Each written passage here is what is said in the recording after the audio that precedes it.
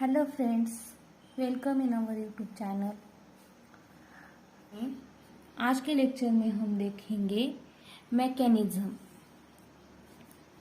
जिसे ही another word में कहते हैं इटियोलॉजी।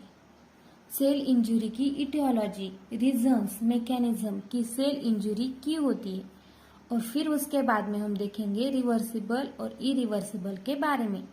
सेल इंजुरी, उससे पहले हम बेसिक देखेंगे कि सेल में क्या होने से सेल इंज्योर होती है।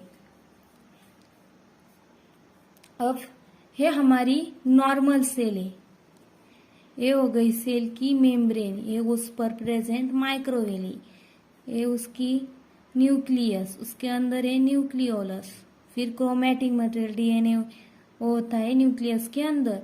ये हो गया उसका रफ एंडोप्लाज्मिक रेटिकुलम, जिसके ऊपर हमारे राइबोसोम्स अटैच होते हैं।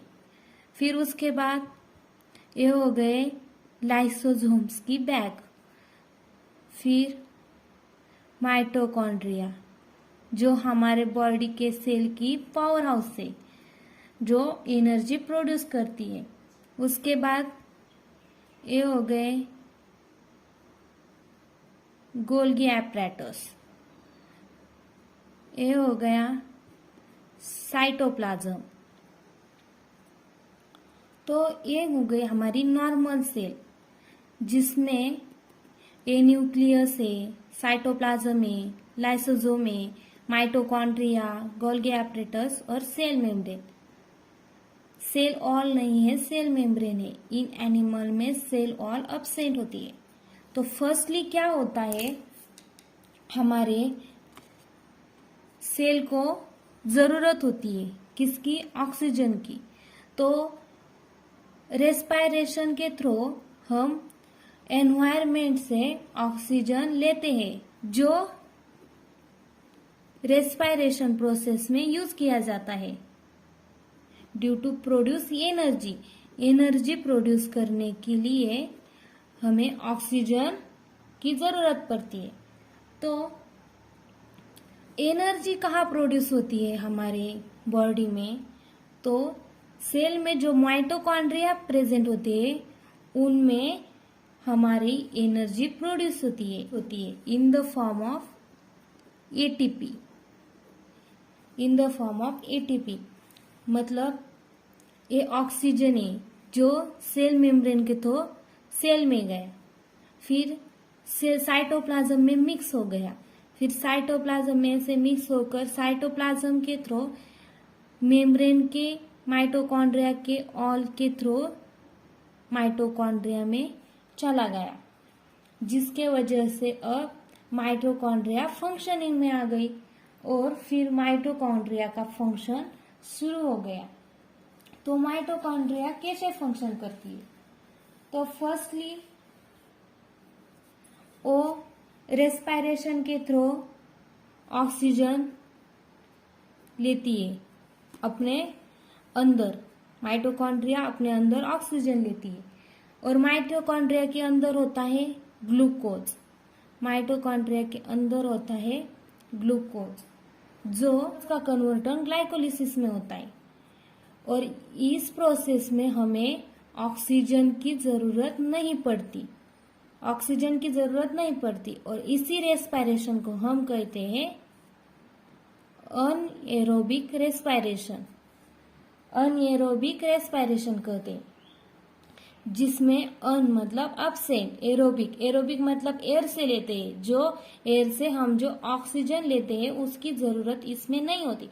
ये ऑक्सीजन के एब्सेंट में भी कैरी हो सकती है, लेकिन इसके बाद जो हमें क्रेब्स साइकिल की फंक्शनिंग करनी पड़ती है, उसके लिए हमें ऑक्सीजन बहुत जरूरी होता है। ऑक्सीजन की एफिनिटी चाहिए क्रेब्स साइकिल, और उसके बाद इलेक्ट्रॉन ट्रांसफर सिस्टम, और इन्हीं दो साइकिल्स में हमें ज्यादा से ज्यादा एटीपी मिलते हैं। ज्यादा से ज्यादा एटीपी मिलती है। ग्लूकोज से ग्लाइकोलिसिस होने तक हमें सिर्फ 2 एटीपी मिलते हैं, लेकिन क्रेब्स साइकिल और ईटीसी के थ्रू हमें 36 एटीपी मिलते हैं, जो हमारे लिए बहुत जरूरी होते हैं एनर्जी प्रोड्यूस करने के लिए। माइटोकॉन्ड्रिया के ये दोनों साइकिल्स बहुत इंपॉर्टेंट होती है, और ये दोनों साइकिल्स फॉर्म होती है थ्रू एरोबिक रेस्पिरेशन, मतलब ऑक्सीजन के प्रेजेंस में।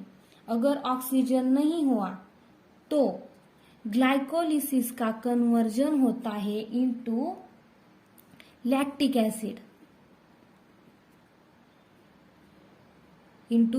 एसिड, और जो हमारे बॉडी में एसिडोसिस करता है, मतलब एसिड की लेवल इंक्रीज करता है, एसिडोसिस, जिसके वजह से बॉडी में एसिड की लेवल इंक्रीज होती है, और इस एसिड की वजह से हमारा जो न्यूक्लिक एसिड होता है वो डैमेज हो जाता है।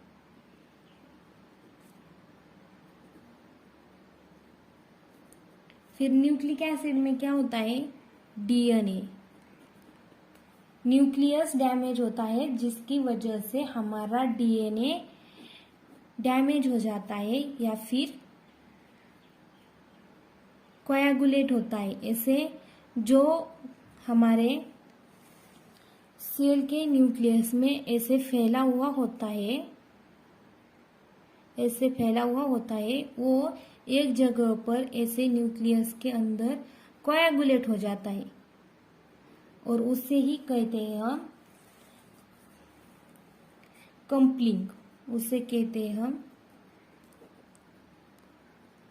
कम्पलिंग, जिसके वजह से डीएनए कम्पलिंग होता है, ऐसे कोएगुलेट होता है। जो ऐसे से में फैला हुआ होता है न्यूक्लियस के अंदर, वो ऐसे कम्पलिंग हो जाता है।